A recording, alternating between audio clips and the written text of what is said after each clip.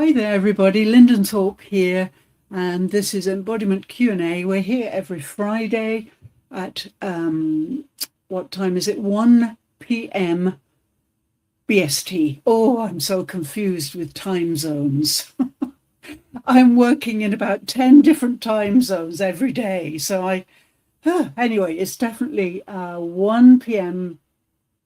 No, it's not. It's 9 a.m. BST. 9 a.m. BST. Yeah. So we're here every week. Sorry for the confusion. Yeah, and we've got really something quite interesting today. I'm going to bring Eva Sheila in now. She's looking radiant as ever. And we're going to be talking about affirmations. Yeah, so this is going to be exciting. Let me bring her in right now. Hi, Abby. How are you doing?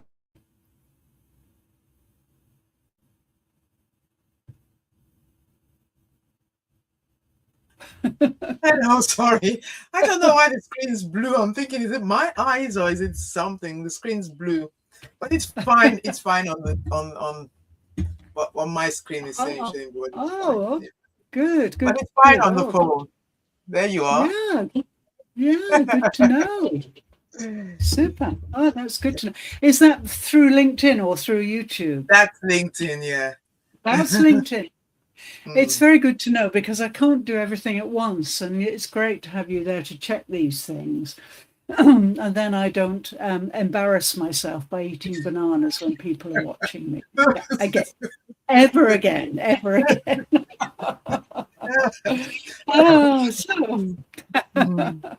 Anyway, oh yes, we should tell our lovely audience on LinkedIn and YouTube that we've got this wonderful summit coming up. We haven't mentioned it before, have we? Would you like to tell them about it? Oh, it's a summit, and we're going to be talking about, I suppose, burnout and the human sustainability, which is the solution to burnout, and through embodiment using lodestone, which is a great tool to be able to recognize it and also to be able to prevent it from happening. Because through evolution and different things, these things are happening.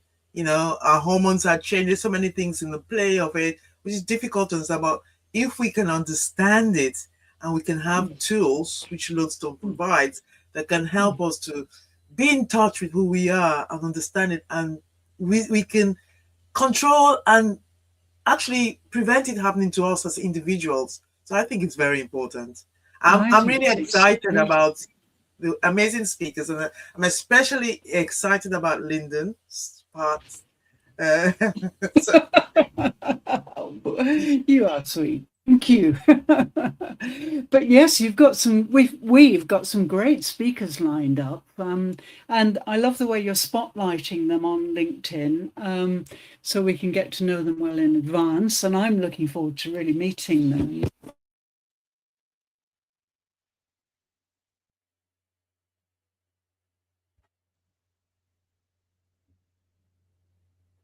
Oh, I'm not sure if it's my internet or Lyndon's internet that's gone down. But she's frozen.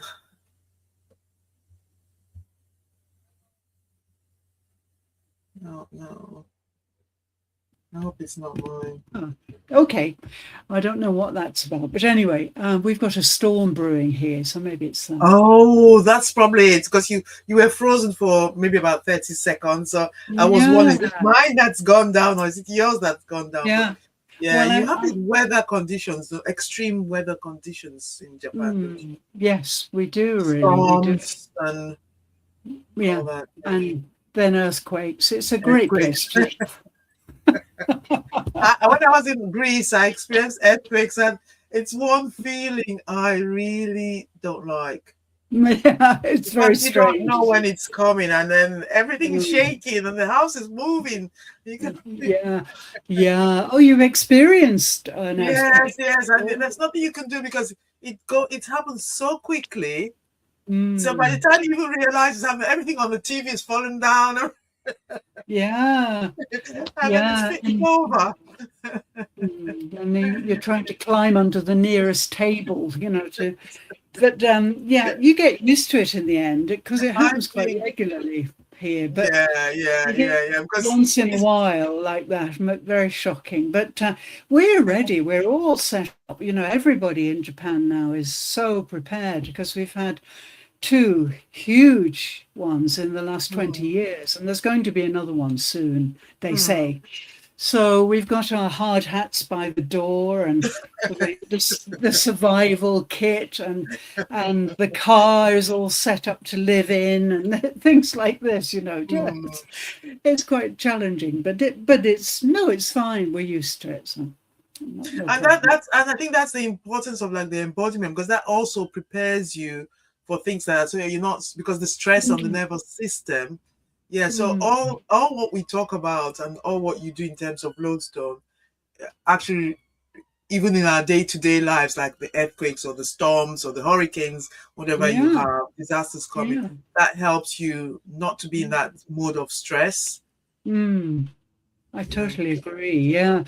Oh, yes. There's no point in stressing because if you stress, you're going to miss the opportunity to act. You know, Yeah, because in your a brain case gets of confused. Yeah, yes. then there's no clarity, and you can't. You just, No. like, I've experienced that so many times where I just like go into panic mode, and I can't. Mm, Then you can't think. It's no. not clear in your head. Yeah. No. You have to be very clear and have everything ready, and we can do that with the body. You know, Mm, we can have everything ready inside the body. It's all there. It's a really good idea to introduce this because I think people get disheartened because they think, oh, I've been doing this wrong for so long. Now I've got to start back at the beginning again, you know. But it's not like that. Your body has always been there, mhm. functioning, signaling constantly. And all you have to do is connect with it, which takes 30 minutes. We can do it in 30 minutes with Lodestone. So if you want a quick connect with your body, I did it the other day with somebody, 30 minutes. And after that, she could breathe more deeply. She could walk more confidently. Yeah, all sorts of things change. So don't worry, it's not a huge task. It can be done very quickly if we act now. Um, but yes, very serious thing, as you were saying, Abby. You know, burnout we can't predict. It's like an earthquake. We can't predict it. We can, of course, we can have seismic measurements here in Japan, and so immediately there's a tremor. We get this huge alarm on all our devices, which tells you the intensity of it and says evacuate, evacuate. You know, if it's that serious. So we can't do that with the body, but we can by using my practice, by working with guides like ours, you can really get your body ready for these things to happen, and then you'll be in a much better place to cope with anything. Yeah, we can't change what happens in our life, but we can definitely change how we respond to what's happening in our life. And Yes. note that I said respond, not react. Hmm. Um, so, you know, really, embodiment training is all about getting ready to respond to anything that might happen to you because you're really connected, and then you can focus on working on all three levels, crudely put body, spirit, and mind. Of course, it's more Hmm. complicated than that, but basically, that's what we want. And for most people, the body and the spirit are completely missing, you know, these days. And so burnout creeps up and does terrible damage. Can you I was, explain? Because I think people think of the body as the external, so how we're shaped, and but I think what you mean by the body is the feeling that we get inside of the body. well, yes, I do. And yes, good to point that out. Yes, the body is your systems that are already in place and you've had them with you from birth. Um, And yes, you have to be inside to really understand that. We're always saying, whatever happens, go within and Mhm. really sort out how you're feeling. Yes. So your body, you may have an objective view of it from outside, and you may think, oh, I'm too fat. Oh, I'm getting old. I've got grey hairs, all of this stuff. But really, none of that matters. What matters is you come inside and you start to be in your body. You start to put the lights on at home occasionally, 30 minutes a day. Mhm. And gradually, what happens is we get to know our inner resources, which are incredibly, almost infinite, because they're not just our resources from what we've learned, what we studied, our experience. They are resources that are carried through our DNA from our ancestors. So it's not just what we Yeah. are learning and doing, it's all in the blueprint that is handed over when we are born. Yes, So, because I know that you remember things, like you said, even from past generations, which I didn't understand a few years ago. So yeah, the DNA, it does pass down. And mm, so a yeah, lot of things that our bodies remember as not necessarily experiences that have all happened to us in this life. It could be grandfather generations back. yeah. I don't know how many generations it goes back, but yeah.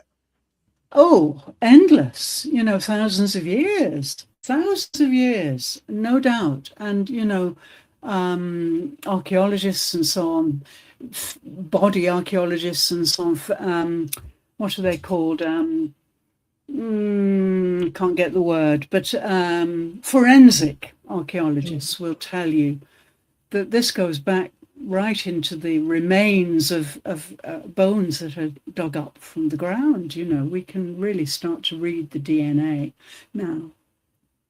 So yeah, it's we're living in an amazing time. But yes, you can prepare for any kind of earthquake, if you want to use that as a metaphor, by coming inside your body and by really reconnecting with how you feel, how you are experiencing each moment with your breath. All of this will get you reconnected with yourself and get you to know yourself, because maybe you only know the intellectual view of you. Um, and so we need to really get down to the roots and see who we are from the roots up, rather than Do you think starting. that's a do you think that's a survival thing that we have ended up just being here? Is that because we're surviving here, so we've forgotten or we're not That's a paying very attention? Yeah, because now that just came to me. I wonder if it's because we're surviving because of the way it's quite. If you look at it, it's quite harsh, especially thousands of years ago. Even now, it's still quite harsh. It's just harsh in a different way. So, is that because we're just trying to survive? Is that why we're so much in our heads? Because that's the immediate thing, and the other thing means us taking a step back. And I know you said you've worked with the Aborigines, and for them, they're able to take that step back and then go mm, within. mm. Yeah, just a thought. Yeah. Yes, that's a good thought. I think that we are many. Yes, I think you're right. Many of us are in survival mode because we are not fully balanced. And so we're rushing to catch the train, and it's getting further and further away, we feel. But these are all concepts. These are all Mhm. concepts which produce too much cortisol in the body, which tends to make us up and feel out of control, feel that we're not that we're helpless because we can't catch the train, even though we're running. It's like being in a nightmare, really, for some people. And I do believe that we are in survival mode because we are really undergoing heavy stress constantly, scrolling for 10 hours a day, surrounded by devices every single minute of the day. I know people who take their phones to bed with them. Um, I do not. I don't have a phone. So coming so, down to what we're talking about today, so we don't stop. yes. Well, Yeah, yes. let's get into it, because that all this helps with what we've been talking about for the last 15 minutes. Yeah, You know, that's right. what You've you, sort of yeah. distracted me, and inspired me to talk about something we should talk about. Yes, this is So amazing. It's an amazing conversation. You can just make a note of it, and we'll tackle it. Yes, let's get on with today. So today, as promised, we're doing more work on affirmations, and so just to begin with, let me just bring up this little slide. Okay, let's put both of us there. I'm not sure we can do that. No, we can't. Okay, so we'll have to have. Oh, yes, we can. There we are. There we are. We'll have it that way. Okay, so yeah. Before we start on affirmations, which, as you know, are broadly speaking, are groups of words that reflect some kind of inner desire or outer goal, however you look at it, and whoever you are, whatever stage you're at, and so on. But affirmations will never work unless you do the groundwork first, unless you prepare. So if we say something from the intellectual mind, it's never going to come true. It might coincidentally, but that's not the point. Affirmations come from inside the body, and they need to be carefully prepared. They need a certain state of being. So, visualization we've talked about in the past, and visualization prepares the inner image. And if you like, affirmations give that image language. So we can put affirmations and visualizations together, but the language we use only becomes transformational or transformative when the body is saying, okay, this works. So those words need to vibrate with your physical body and your spiritual body. And they need to be true to you. Okay, so, you might suddenly want to own a villa in the south of Greece or something. But do you really? Is that just a dream? That our desires have to be true to us, and they have to be practical. Yeah. So let's just look at the difference between mantra and affirmation, which you may be confused by those two. As you know, a mantra is usually a few syllables which you repeat over and over again, and they're very much associated with religions. Buddhist mantras are very common. Most religions have these kind of repeated groups of words that we call mantra. And they are repeated because they are heavily vibrational. And especially in terms of the Buddhist mantras that are so ancient, they come from Vedic India originally, then those syllables are really sacred. And if we repeat them, then they produce all sorts of things. They manifest many things. So a mantra works really through a kind of sacred sound, which has been recited for many centuries, perhaps. And those sounds are vibration and they are resonance. So mantras are very useful, and especially in situations where people have panic attacks, for example. Those are not affirmations, they're mantras, and they're kind of protective. They will protect you. If they resonate, if they're vibrationally suited to you. But an affirmation really works through meaningful language, language that really means something to you. And as we've said in the past, many people say and think things that using language that really is not activated any longer. It's hollow, it's empty. And they think that's going to be really effective, but it's not. That language needs to mean something to you so that the body can accept it as being true. Because the body knows the truth.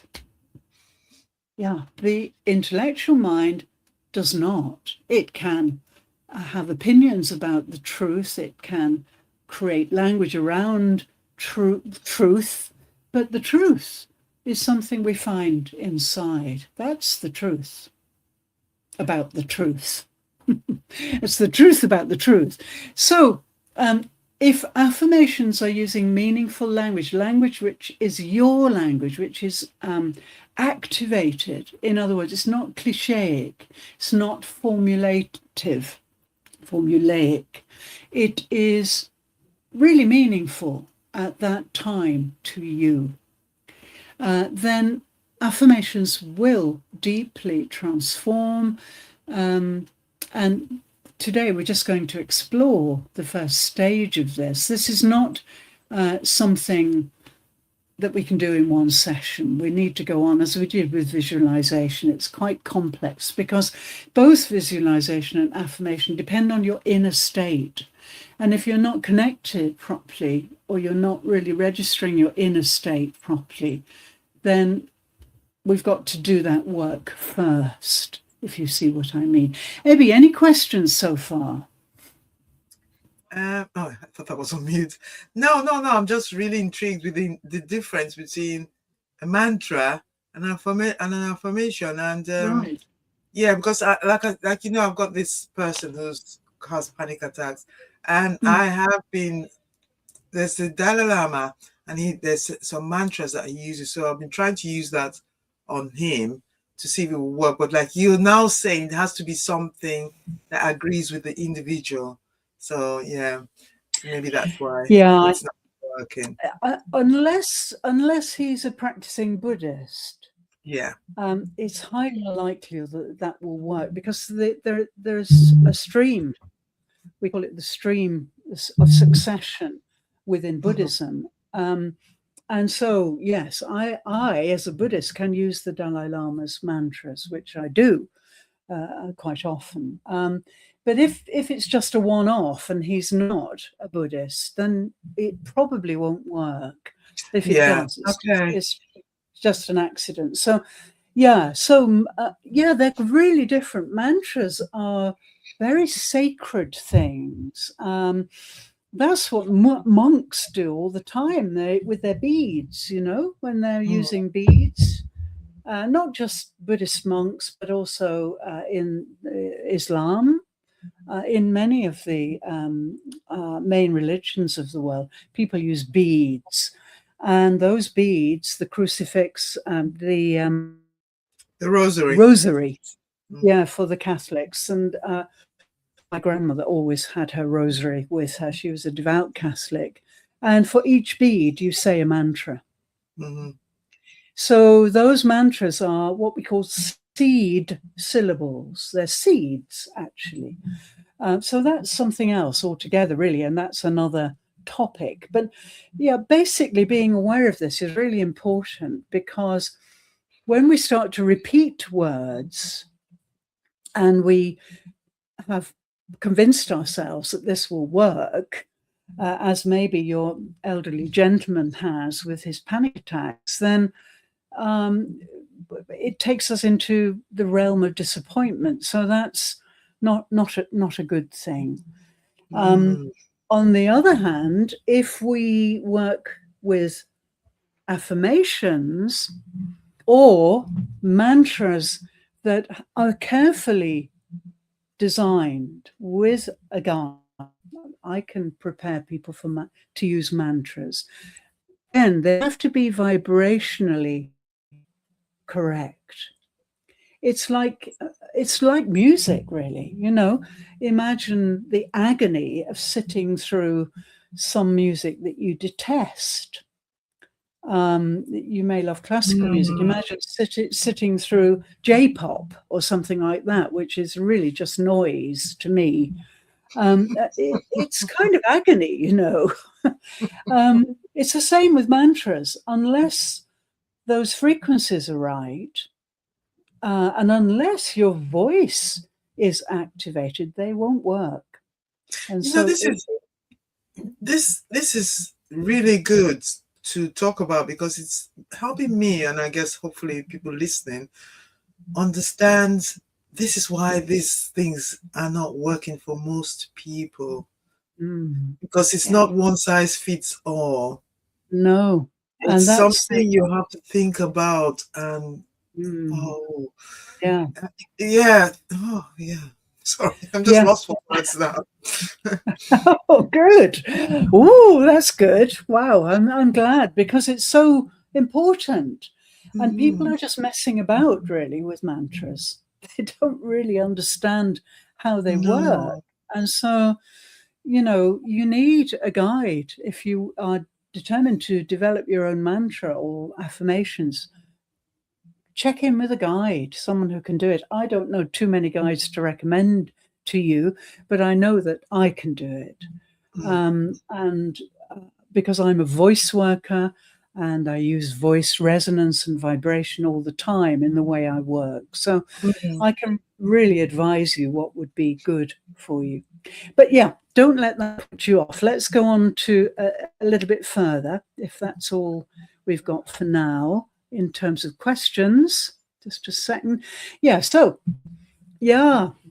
So what does to affirm mean? Well, again, if we look at the etymology, which is your favorite, Ebby, I know, then if we look at affirm, it comes from the word firm, which is to make concrete, in fact, in modern parlance. And so if we're affirming something, we're really making a very strong confirmation that something is happening. To affirm means to repeat until everybody knows that that is what is meant. So it's a very strong verb originally, and it always implies that this has to come from your heart.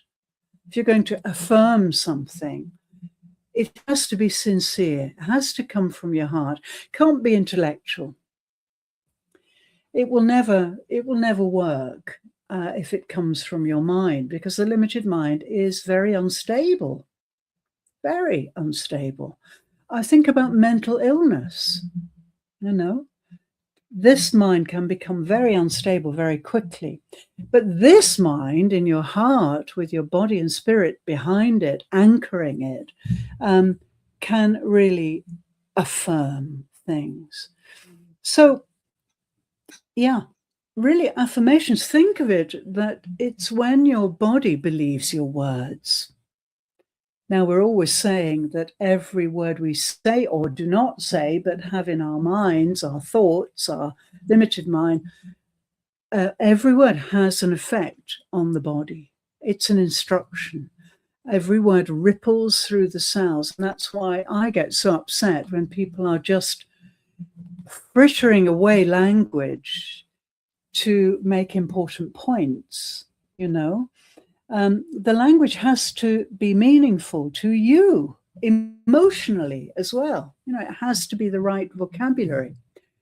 So, when we worked on visualization, we prepared images, but more latterly, we started to talk about how to open ourselves to create the right conditions to guide somebody else how to visualize. And that's really the same for affirmations. The body has to say, oh, yeah, this means something to me. you know. So, you know, a very simple analogy could be if you meet someone and you talk about your hobby to them, and your hobby is collecting coins. If their hobby is not collecting coins, and in fact they think it's rather silly to collect coins, then you know it's not going to work. You're going to say, "Oh, I'm really sorry, but I'm not really interested in this because it's not my thing." You see what I mean? So it has to be meaningful to us personally, and that means you have to really choose those words very carefully. Ah, as you've already mentioned, why do affirmations work for some people but not for others? Well, I can more or less 100% say it's because of the interference of the limited mind, and that the people in my experience and my ken, the people I know who use affirmations, they do work. They always work because they're 100% sincere. Now, getting to that place of utter sincerity with yourself, we've talked about it this week quite a lot on Your Body is Your Business Plan. We mentioned it because, you know, mostly people are performing, they're not authentic, they're not present, they think they're somebody they're not, and they're disconnected in general.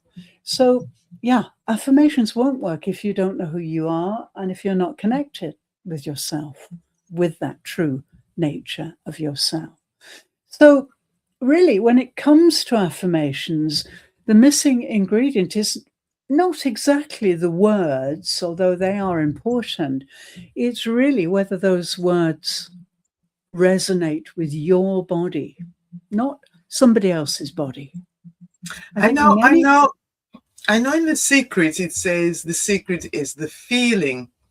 But from what we've been doing, feelings are part of it, but it's also the smell, the touch. So everything is, so it's not only the feeling. So like, I don't know if you've read the book The Secret, and I don't know if they talked about it in The Yes, I Secret, have. but yeah, but Bob Proctor went on after The Secret to explain what the secret actually is. And he Yes, said the secret is the feeling. So when you're feeling it, well, part of feeling it is the visualization, the smell, the sound, and everything that comes with it. That's part of it. that's And right. And in terms of that's very affirmation, true. yeah. Yes, I think Proctor's spot on as far as that goes. You know, But I mean, he said the feeling, but from, so I've been doing the feeling, but from what we've been talking about over the last few weeks, you've also said it's not just the feeling, it's also the smell that comes with it, the visual, yeah, so everything together. yeah, So using all all the senses, the all the taste, sensory so information. yeah, all the Yeah. sensory informations that come with it. Mm. So maybe that's what Mm. he meant by the feeling, but yeah, but he didn't really explain it to that extent. But you've gone on No, further to say no, it's all the no. senses being put together. Yes. So really, yes, I respect Proctor, but it was many years ago, and we've Yeah. moved on since then, really. Mm. The secret, by the way, for LinkedIn and YouTube audience is really worth reading if you're into attracting wealth.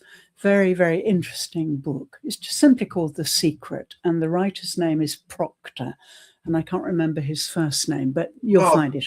Bob, Oh, Rob Proctor. Bob, Bob, Bob, B-O-B, Bob. Bob, B-O-B, Bob Proctor, right?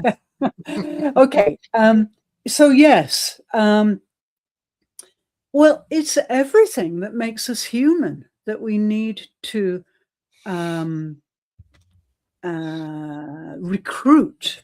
Let's say that. I want to use a strong word there. We need to recruit all of those aspects of being human. So that's why proper training with visualization and affirmation is so fascinating, because you get in touch with what is truly human about your life.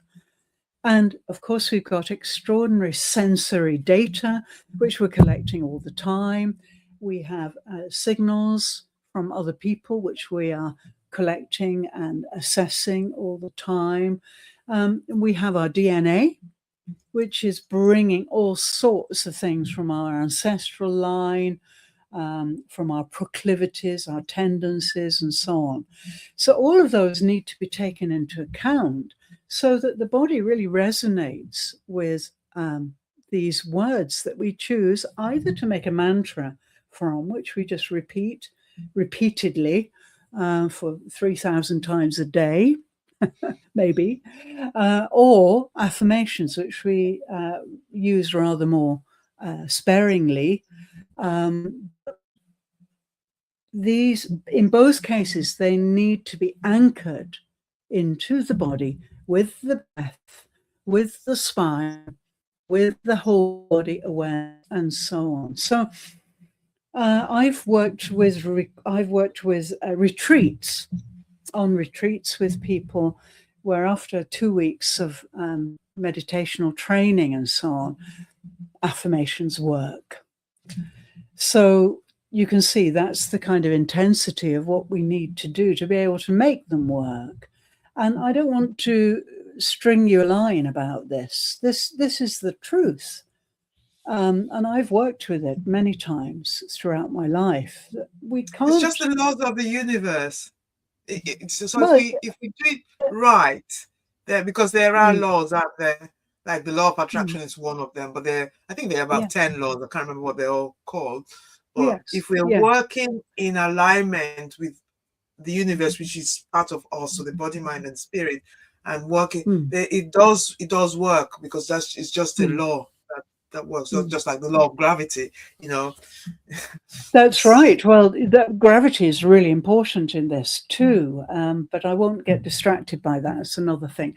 But yes, you're right. I mean, it's not just that we are communicating.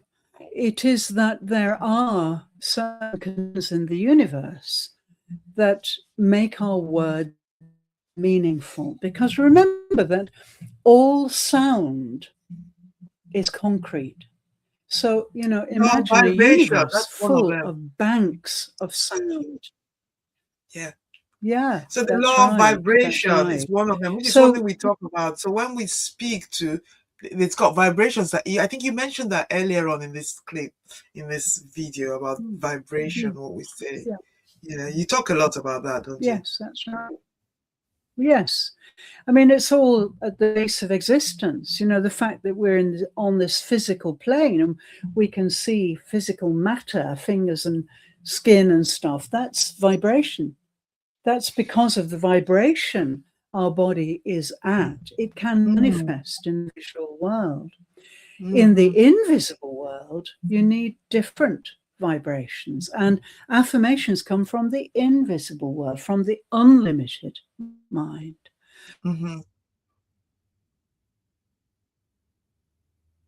Oh, have we lost Lyndon again? Yes, I'm disappearing. I'm back again. Oh, I think I'm here. Yeah.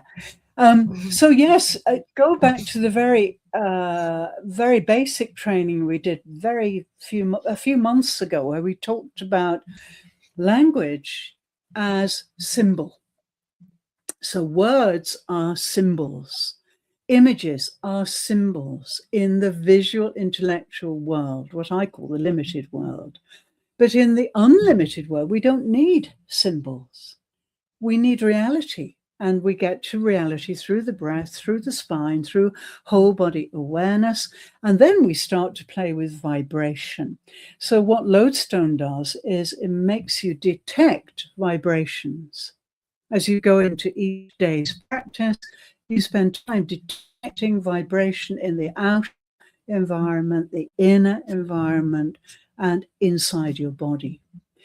Once you get to work on that, then it becomes much easier to find words which vibrate with your inner life, with your inner zone. I think another really good example of this is poetry. And many people can't cope with poetry at all. But if there are poems in your life that have spoken to you very directly and very clearly, then those words are probably vibrating in sympathy with your vibrations. They suit your vibrational constellation. And of course, we're each unique. And so that's why what is a beautiful poem to one person is a horrible poem to somebody else, you know. Mhm. So if you think about that customization, as we may call it today, you know, it is unique to you. So that's another problem with teaching affirmations to groups of people, because it's one-to-one, it's the self. And no two selves are the same, as we are constantly saying. So let's get moving, because we're going to run out of time again. So now, just briefly, why affirmations fail.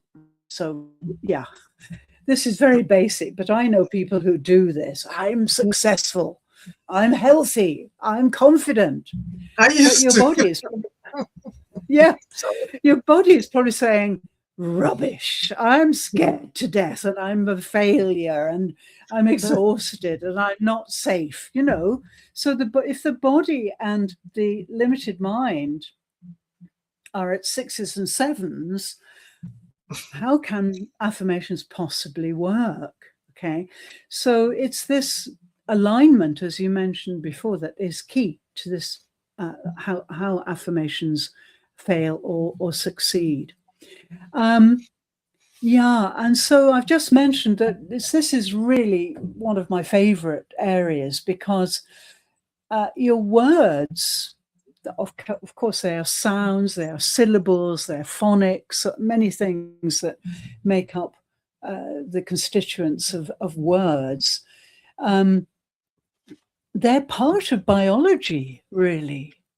And so they're not just sounds, they are words which influence you, words which really mesh with your nervous system, with your breathing pattern, with your muscle tone, with your heart rhythm, and with your emotional chemistry. Now, if Margaret Barry were here, you know, she'd be talking a lot about the inner chemistry, the biochemistry. She's quite an expert. So true. Yeah, words are connected to chemistry. So that's why when you say to somebody, oh, I hate you, then you're talking to chemistry there, and the body will start to feel anger, horror, you know, depression, whatever. So words and So, chemistry work together. yeah, talking about words and chemistry, and I don't know if you remember the Japanese doctor, PhD holder, who did the experiments with water, and we're more than 70% Yes, made up of yes, yes, water. So when yes, we use yes, those words, it distorts the cells in our bodies. Which I mean, the body's just like clockwork, isn't it? It just works. Everything is connected to everything else. So when you say those horrible words, you think you're saying it to somebody else, but the person you're damaging the most is yourself, because that vibration goes within, changes the structure of the cells in your body, yeah, and then affects yeah. and might cause disease eventually if you keep using horrible words. Yes, absolutely. That's a great point. And yes, I think citing, what's he called? Yeah, I can't remember it. I have his book Or somewhere. the guy with the, Is it Dr. yes, Yamo? Tanaka, it's called. Is it? Okay. Anyway, never mind. We'll give the reference later. I'll just try and remember the name. But yes, our bodies are 90% water. Okay, that So I much. think, yeah, 90%. So water's a great way to see this, because you know that if you drop a pebble into the ocean, it will create ripples. And those ripples will go to the end of that ocean. Mm-hmm. You know, those ripples continue rippling. You know, it's the same with the body. If we drop a word into the body, yes, it ripples through the cells. So if it's a hateful word, then it causes angst. If it's a beautiful word, then it's wonderful chemistry Joy. that is evoked through the rippling. So if somebody says, wow, I think you're so beautiful, of course that goes through, and creates such good endorphins, which are released into the bloodstream, and so on and so forth. So, yeah, words are key, and especially with affirmations. Yeah, a Like really this. important. I love this. Sorry. The body cannot be lied to. I love this. No, it cannot. You cannot lie to your body. You can lie to someone else. You can lie to your limited mind, but you can't lie to your unlimited mind and your body and your spirit. The mind is brilliant at imagining the unimaginable and perhaps the absolutely impossible, but the body remembers. So when the mind is busy conflating and doing all sorts of things, the body is busy remembering. And I always tell the story of I'm very good at remembering people's names, very good. And so with classes of hundreds of students, most teachers would just give them a number and a seat on the seating order. But I could remember everybody's name. And in Japan, that's quite a feat because there are many people with the same family name, Tanaka or Yamamoto, that, but I can do it because I'm very practiced. Now, why is that? Well, that's because I'm embodied. Similar teachers or teachers that I know cannot remember names. I met several the other day at an English meeting. They can't remember students' names, not at all. Why? Because they are here in the limited mind. I can do it because my body remembers the names. So you can see the connections forming here. If an affirmation feels false, like I am successful, then the body will say, oh, and contract, and the wrong chemistry will start to work. And there's no way that is true at that point. And a contracted body can't easily receive something new. So remember that, we're constantly transmitting, but if we want to receive something new, we're not very good at receiving nowadays. We are pushed into transmitting all the time. So very few people are actually sitting quietly and receiving. But especially if your body's contracted, then it's not so easy to receive. When there's lots of cortisol, lots of fears and not good sensations going on in the body because the body is uncomfortable, So to be set up properly for your body to remember. So just moving on. In Lodestone, with Lodestone, we don't have this sequence, think, say, hope, which I think is what most people see as an affirmation. You think something, you say it, and then you start to hope that it's going to work. But really, with Lodestone, we pause, we breathe, we feel, we speak beautifully, and we embody. And that order really matters. So if you are making affirmations by thinking, saying, and hoping, not a cat in hell's chance, or accidentally something may come to pass. But if you're really embodied, there's a much greater chance that it's going to come to pass. The timing might be something to look at. It might not be quite the right time for that. And that is something else. That's a karmic thing, which we can talk about again. But so, this out. Don't think it's a waste of time. Instead, I start to get in touch with new feelings, new words, perhaps. And then we can start to think about making affirmations that really resonate. What are you saying these words from? What kind of fear or pressure or lack or desperation? I think many people today are Oh my gosh, these are common ones. The lack is quite heavy, and also fear and Yes, pressure. Yeah. yes, yes, Oh. because there is never enough of Mm. anything from the perspective of the limited mind. Yeah. Absolutely. If you are present, then you are content with what you have right now. Gratitude. Mm. Gratitude. And it's wonderful because you're secure in that. Wow, Mm-hmm. I've got, you know, nice clothes. I've got a nice chair to sit on. I've got a light to look at, I've got so much in this moment, so Mm-hmm. much. But people are not grateful. And so they're clinging and gripping, clamping their hands out to get other things because they are not recognizing how much they actually have. So this is a big problem. So if you state your desires in words from a place of presence, calm, connection, then that combination of words you say is going to create very different results. I think that's really obvious, don't you? Mm-hmm. That your state is going to affect. And we can see that with leaders speaking to groups, to their teams, giving presentations. Their speeches may be brilliantly rehearsed and, choreographed and so on, but they're not present. They're just robots, letting the words roll off their tongue, They're not present, and so it doesn't reach people. Mm-hmm.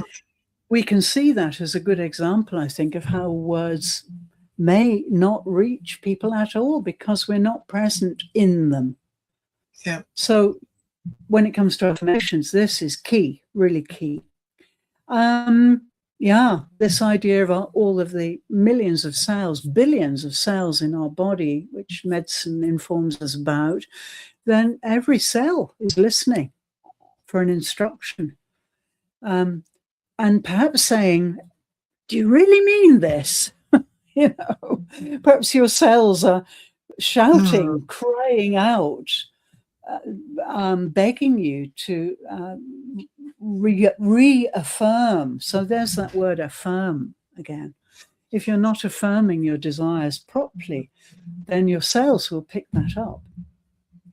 And so if the body is feeling congruent and it begins to reorganize around the message you're trying to put out, and if the body feels conflict, these are two different things. So congruence will really help everything to organize itself around the message you're putting out.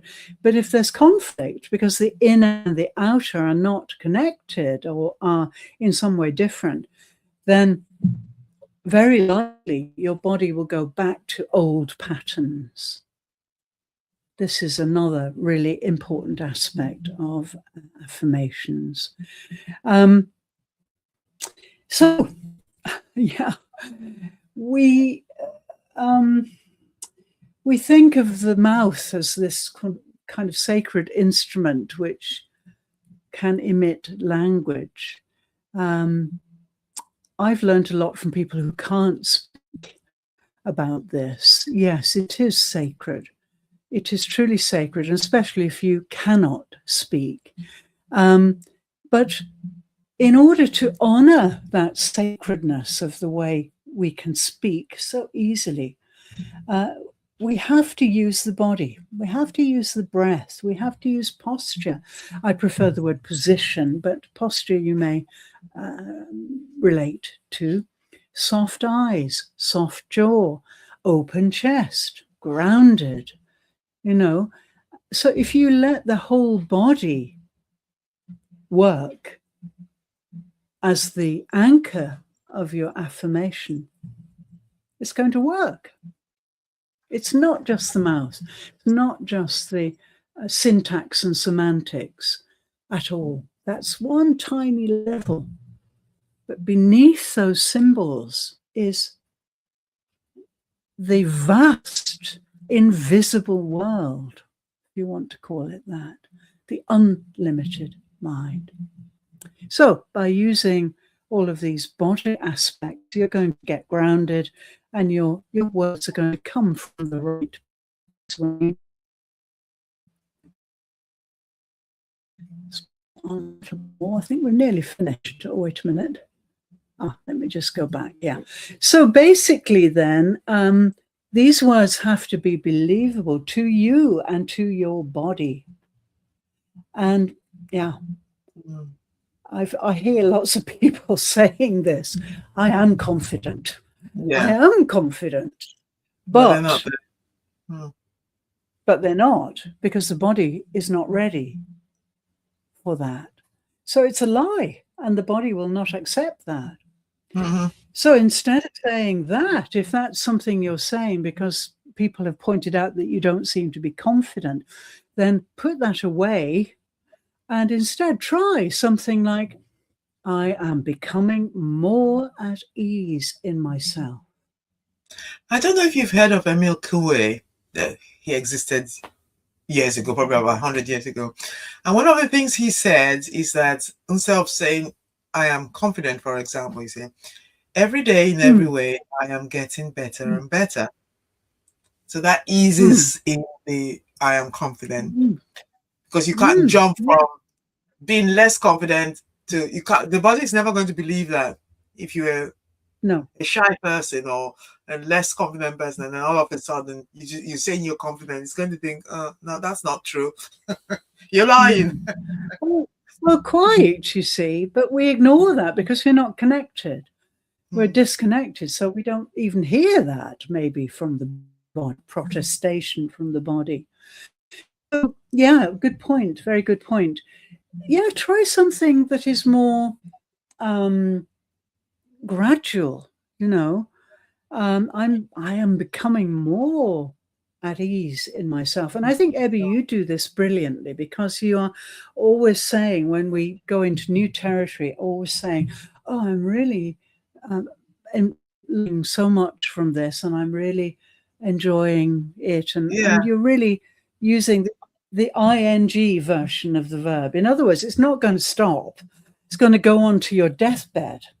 You know, we're going to be learning until we die. Yeah, we're always learning. So that's great to use the ing form, becoming, and becoming more at ease. Try it and see. So yeah, the truth is that the body accepts this kind of gentle truth much more easily than that forced positivity. Yeah. And I feel sorry for people who have a tendency to be negative, or who've got trapped in a negative place. When people say, come on, be more positive, and positive psychology is something to beware of, because it doesn't work like that. It doesn't work here. Positive psychology comes from the brain, you know. It only works when the whole thing is complete, the body, the spirit, and the mind.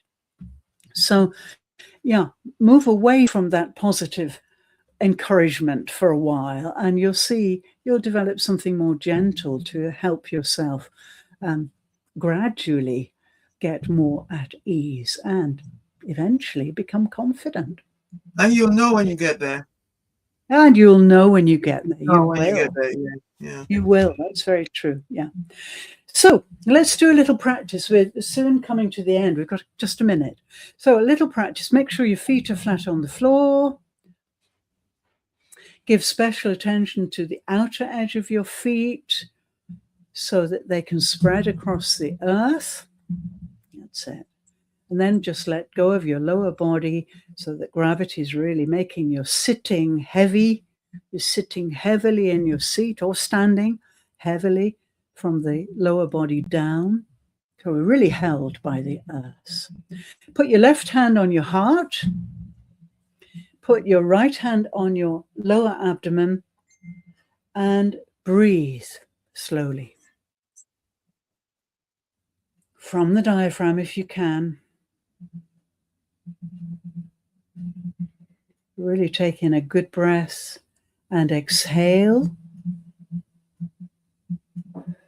And then pause. And then you can speak one affirmation. So, for example, you could say, I am becoming more at ease with myself.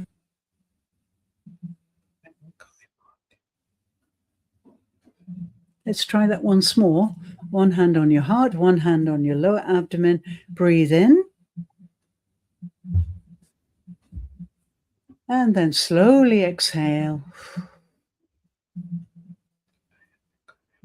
And then pause, and you'll find that lovely softness. And then you can say very gently, I am becoming more at ease with myself.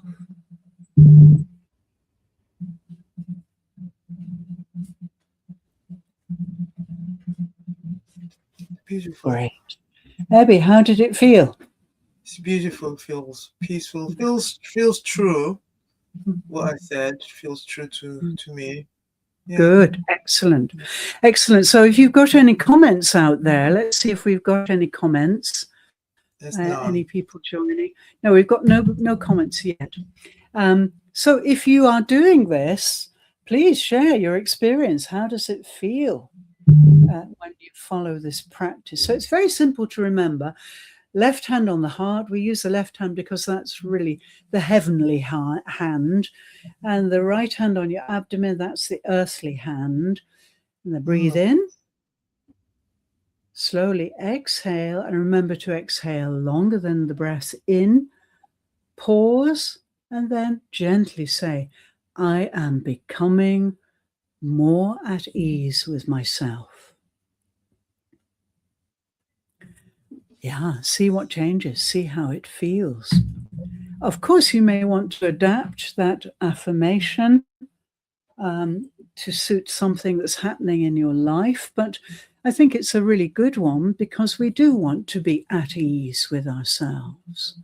That's so important. And if we're not, the likelihood of dis-ease is higher. So I think that's quite a good neutral one for us all to try. Don't you, Abby? Yeah, of course. Yeah. So just to round up here, then, the deeper truth, affirmations do not create a new person. No. But they do uncover the person who's already waiting inside patiently. Well, sometimes not so patiently, beneath all your fears and all of that. And it's just a question of contact and connection. And so the sentences we use in affirmations are not self-persuasion. That's brainwashing. That's psychology. That's here. You can't persuade yourself. It's a state. You know, if you're in a good state, then that will feel right. It's not a question of persuading or forcing. It's remembering who we are. Yes, it is. And it's remembering that we have to be aligned with our bodies and our spirits, not just our intellectual mind. Yeah. Oh, that was great. Thank you. Oh, yeah. Just something to think about over the next week before we meet again. We'll go on talking about this next week. What sentence has your body been repeating for years without you noticing? Is there something that there are vague feelings of that's going on in your body which you're ignoring? Maybe. Think about it anyway. And just remember that your life often follows the affirmation you never realized you were saying. Yeah. Because we're so unconscious. You know, we're working in remote, on remote often. It's only when we're really consciously speaking that we realize maybe our words are appropriate, or maybe they're not. We have to be conscious about that. Yeah. Okay. Any final questions? Let me take these down, and then we can spread out a bit. No questions. I think the reflection sentence at the end is really a good one. So what have we been repeating for years without noticing? I guess this is something, it'll be good to start on that next week, and it will be good for us to think about that during the week, because that will help us get into the correct state for the right affirmations that we need to be able to get our desires, what we desire. Yeah, so we can make bonds with the universe, as we say in the Buddhist teachings. If you're really open to the universe, you make bonds with it, and things come true. You are magnetic to many things. Great, very exciting area, I think. I'm so glad we're doing this, and you are really enjoying it, and I hope everybody out there is. So yes, if you have any questions or comments or anything, just let us know and we'll get back to you. And we'll be here again next week. We'll have more news about the Burnout Summit, I hope, by next week, which is taking place on the 11th and 12th of August, I believe. And we're already sending out, invitations to register and so on. So watch your feed or ask us. Just get in touch with us and we'll make sure you're included in the invitations. So it's going to be very exciting, I think. Ebby, thanks so much, my love. It's been great to talk to you as always. And we'll meet again. Tomorrow. Oh, yes. We've got Peace of Wealth tomorrow. Peace of Wealth, yeah. So we can carry on talking about this on Peace and Wealth. And that's 8 p.m. EDT, 5 p.m. PDT on Saturday. Brits are